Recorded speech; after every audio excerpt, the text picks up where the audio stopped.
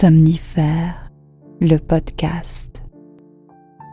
Bonsoir à tous, nous sommes le lundi 8 novembre et Somnifère vous propose de commencer la semaine avec un joli conte de François-Marie Luzel, issu du recueil Contes populaires de Basse-Bretagne. Il s'agit d'un récit intitulé Les danseurs de nuit, sur l'histoire d'une marâtre et de ses deux filles qui habitent un grand château entouré d'un bois où se déroulent des événements mystérieux une fois la nuit tombée. Je vous souhaite une excellente nuit et maintenant place à notre séance de relaxation. La séance de relaxation. Mettez-vous à l'aise, fermez les yeux et permettez-vous de déconnecter de votre journée.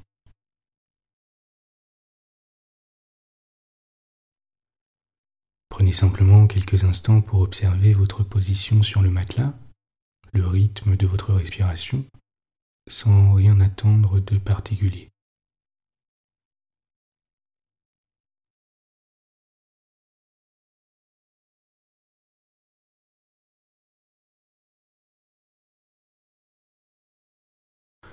Sentez votre poitrine se soulever à l'inspire et redescendre à l'expire.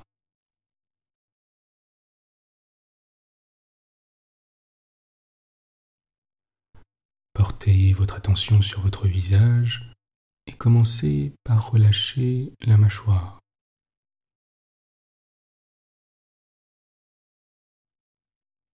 Puis la langue,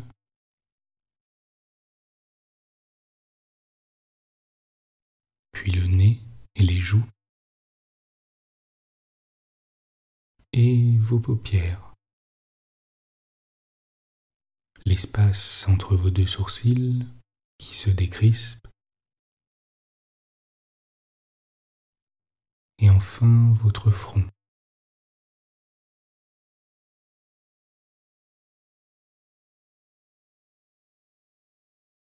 Prenez un instant pour observer le reste de votre corps, et s'il reste quelques tensions ici et là, tâchez de les relâcher et de vous détendre complètement.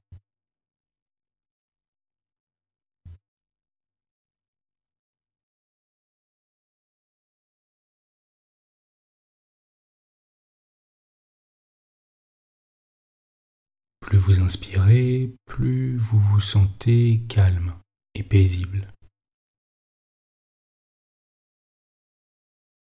Plus vous expirez, plus les tensions et les pensées parasites s'évanouissent.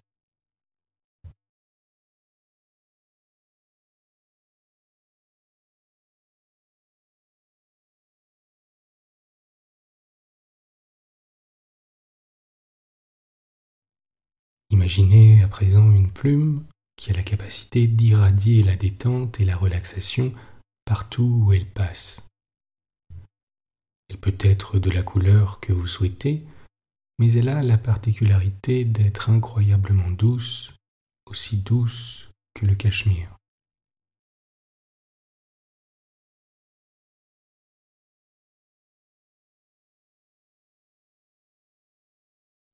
Elle se dépose au milieu de votre front, juste à la racine de vos cheveux, et commence à descendre tout doucement, tout en délicatesse.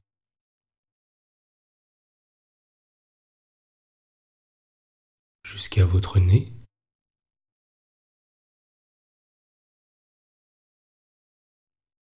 puis au niveau de votre bouche,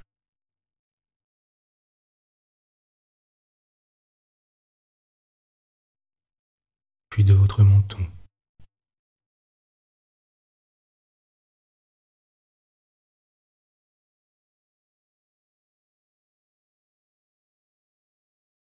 Avant d'arriver à votre cou,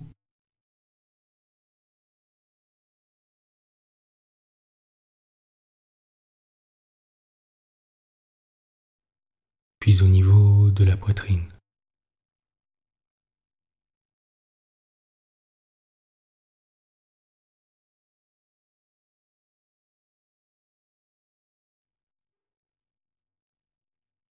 Et de votre ventre, qui est envahi d'un sentiment de bien-être et de confort.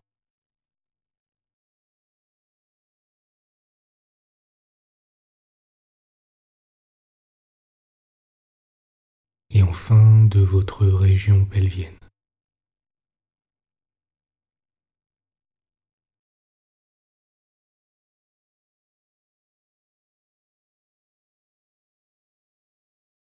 Avant de remonter lentement au niveau de votre bas dos et de votre colonne vertébrale.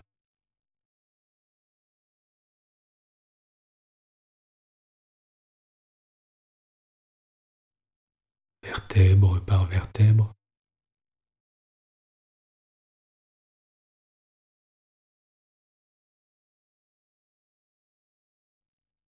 Avant d'arriver au niveau des trapèzes.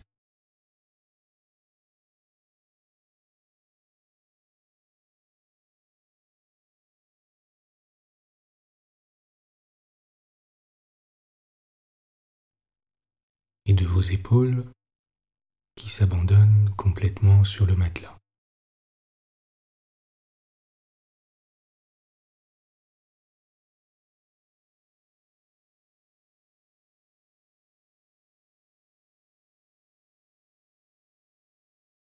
Avant de remonter le long de votre nuque,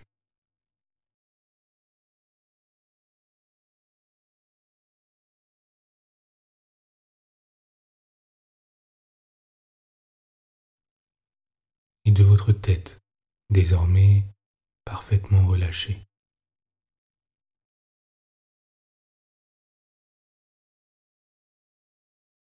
Jusqu'à venir se déposer à son point de départ, délicatement.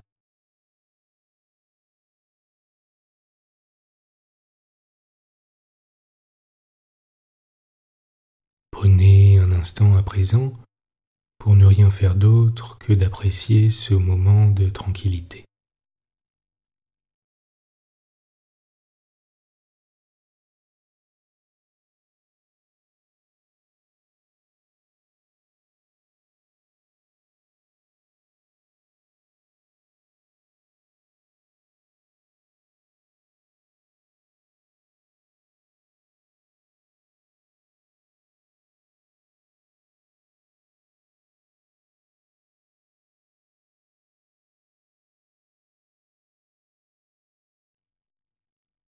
Vous êtes calme et détendu. L'histoire du soir.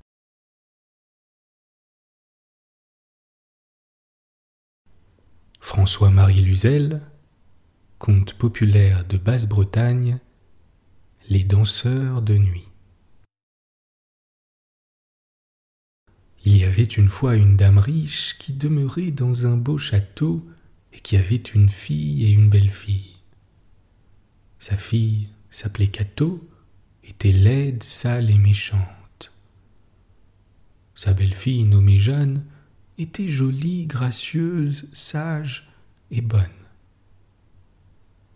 La dame n'aimait que sa fille Cato, à qui elle donnait tout ce qu'elle désirait, de beaux habits et des bijoux, et elle détestait Jeanne qui était habillée et traitée comme une servante.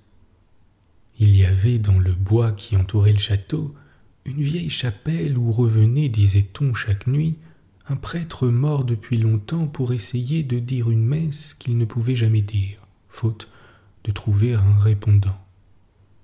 Plusieurs personnes prétendaient aussi avoir aperçu de la lumière dans la chapelle, à l'heure de minuit, et entendu et vu des fantômes effrayants. Pour aller à la chapelle, il fallait passer par un carrefour où l'on disait que les danseurs de nuit prenaient fréquemment leurs ébats, et personne ne se souciait de rencontrer ces êtres-là une fois le soleil couché. La méchante marâtre cherchait le moyen de se défaire de Jeanne, afin que sa fille Cato héritât des biens de son premier mari. Un dimanche soir du mois de décembre, qu'elle était restée tard auprès du feu à entendre ses serviteurs chanter des chansons et conter des contes merveilleux, au moment de réciter les prières du soir en commun, avant d'aller se coucher, elle s'écria « Voyez donc, j'ai oublié mon livre d'heures à la chapelle. Allez vite me le chercher, Jeanne. »« Oui, mère, répondit la pauvre enfant.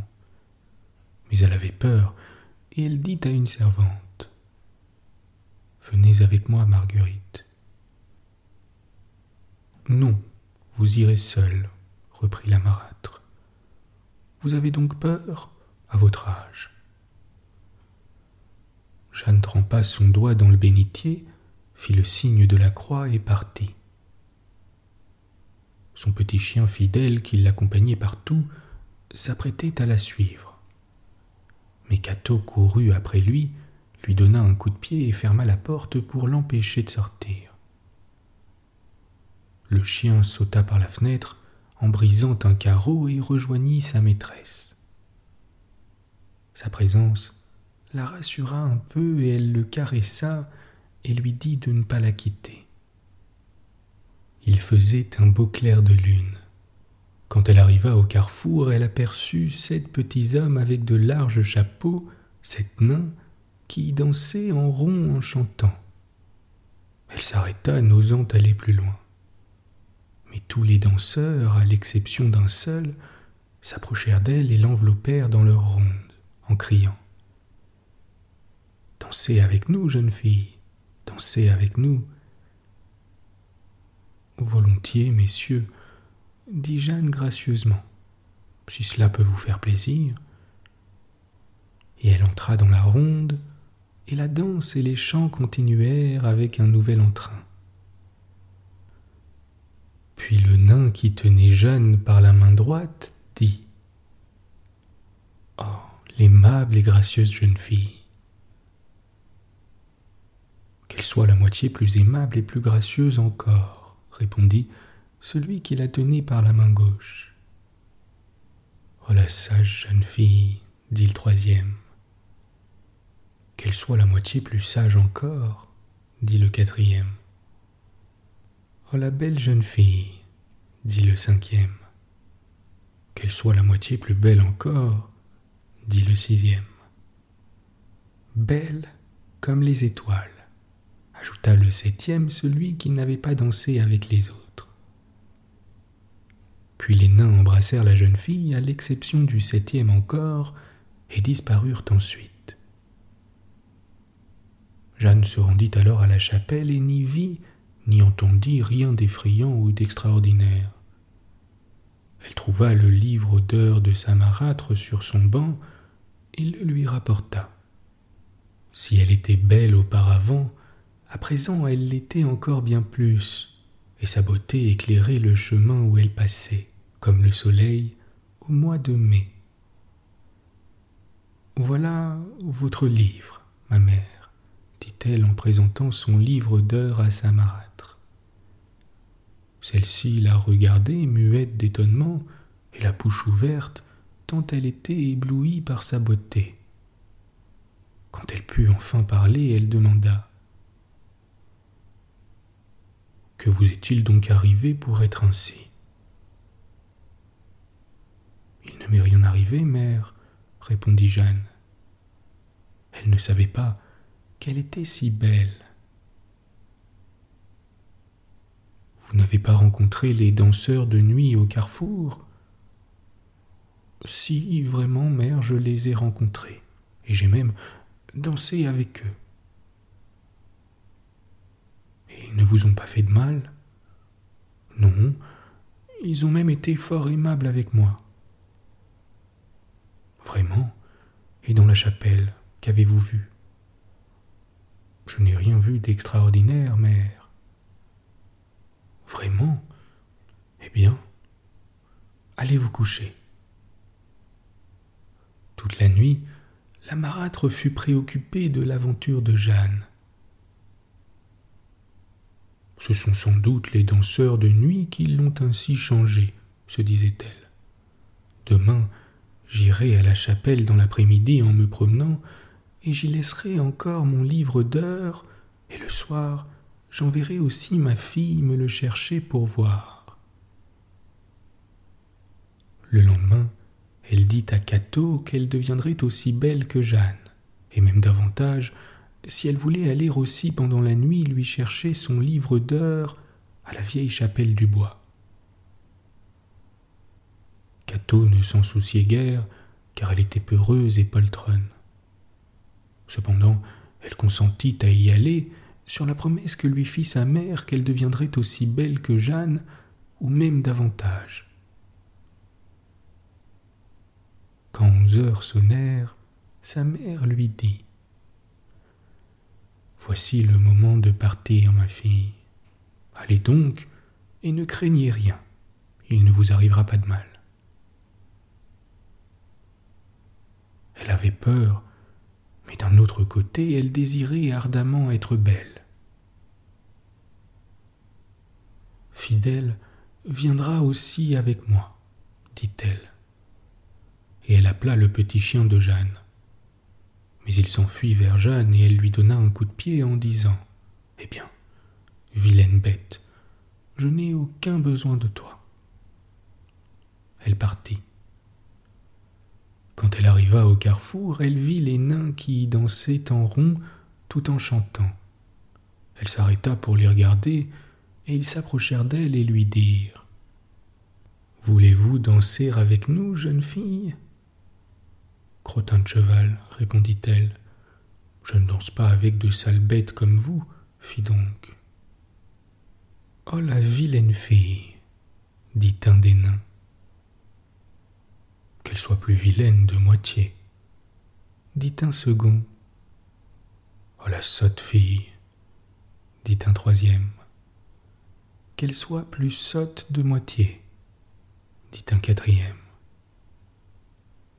« Oh la mauvaise fille, dit le cinquième. « Qu'elle soit plus mauvaise de moitié, dit le sixième. Et qu'elle vomisse du crottin de cheval à chaque parole qu'elle prononcera, dit le septième. Et ils s'en allèrent. La belle Cato aussi s'en retourna à la maison sans aller jusqu'à la chapelle. Quand la mère vit sa fille, elle s'écria : « Dieu, que t'est-il donc arrivé, ma pauvre fille ? Tu n'as pas rapporté mon livre d'heures ? Non, certainement, allez vous-même le chercher si vous voulez. » Et elle vomit un tas de crottins de cheval. « Qu'est-ce à dire ? Tu n'as donc pas rencontré les danseurs de nuit ? Je les ai bien vus, les vilains monstres. » Et elle vomit encore un tas de crottins de cheval. Elle empestait, et sa figure ressemblait à un crapaud gonflé de venin. Si elle était sotte auparavant, à présent elle était bien plus sotte encore, et méchante comme une chienne enragée. Sa mère l'enferma dans une chambre où personne ne pouvait la voir, et jura de se venger sur Jeanne. Le bruit de la beauté et de la sagesse de Jeanne s'était vite répandu dans tout le pays, et il venait de tous côtés des gens riches et puissants pour la voir et la demander en mariage. Mais la marâtre les y conduisait tous. Un jour, il vint aussi un jeune prince qui fut tellement charmé de la beauté et des vertus de la jeune fille qu'il la demanda sur-le-champ en mariage. La diablesse de Marâtre voulut lui jouer un tour de sa façon. Elle songea à substituer Cato à Jeanne et dit au prince que c'était un trop grand honneur pour elle d'avoir un tel gendre, pour qu'elle ne s'empressât pas de l'agréer, et sa fille pareillement. Les fiançailles furent donc faites promptement, et l'on prit jour pour le mariage. Le prince envoya à sa fiancée des bagues, des diamants et de riches parures. Quand vint le jour du mariage, il se présenta avec un nombreux cortège de princes et d'hommes et de dames de qualité. Cato avait été surchargé des joyaux et des parures donnés par le prince, et la pauvre Jeanne fut enfermée, sous clé, dans un grand coffre afin que personne ne la vît. Le jeune prince était venu dans un superbe carrosse doré. La mère y monta pour aller à l'église avec sa fille, dont la figure était voilée et quand les portières furent fermées sur eux trois, ils se trouvèrent dans l'obscurité. On recommanda au prince de ne pas parler à sa fiancée jusqu'au retour de la cérémonie parce qu'elle était très timide. Le carrosse prit le devant. Le petit chien fidèle courait après en jappant. « Que signifie cela ?» demanda le prince étonné. « Rien, mon gendre, » répondit la mère. « Ne faites pas attention au jappement de ce petit roquet. Il voudrait monter aussi dans le carrosse, mais il nous salirait. » Comme il traversait le bois qui entourait le château, un petit oiseau vint se poser sur le haut du carrosse et il disait dans son langage : « Hélas, hélas, la Joliette, la charmante et douce Jeannette, seule est restée à la maison, au fond d'un coffre sa prison. Et la méchante et laidronne, prenant sa place et sa couronne, déjà se croit reine des cieux. Ô prince, prince, ouvrez les yeux. » « Qu'est-ce qu'il chante donc, cet oiseau ?»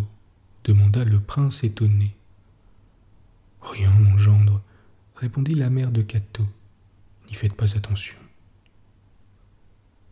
Il se passe quelque chose d'extraordinaire et il faut que je sache ce que c'est. »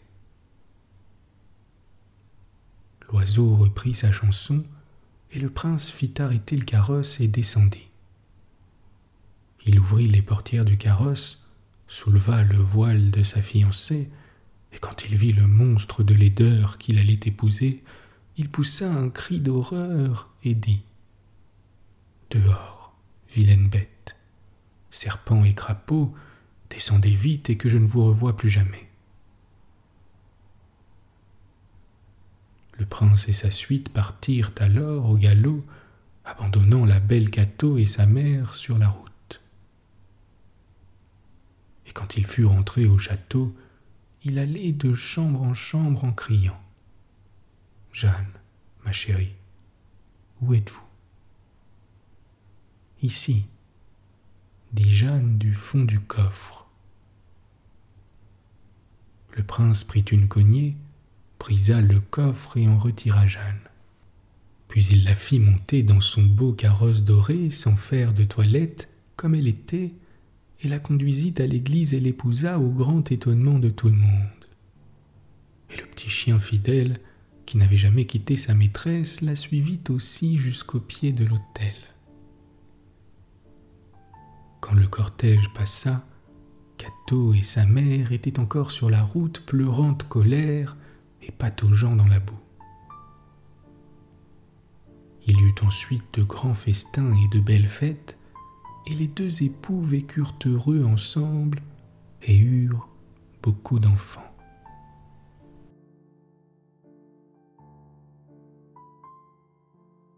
Bonne nuit. Bonne nuit.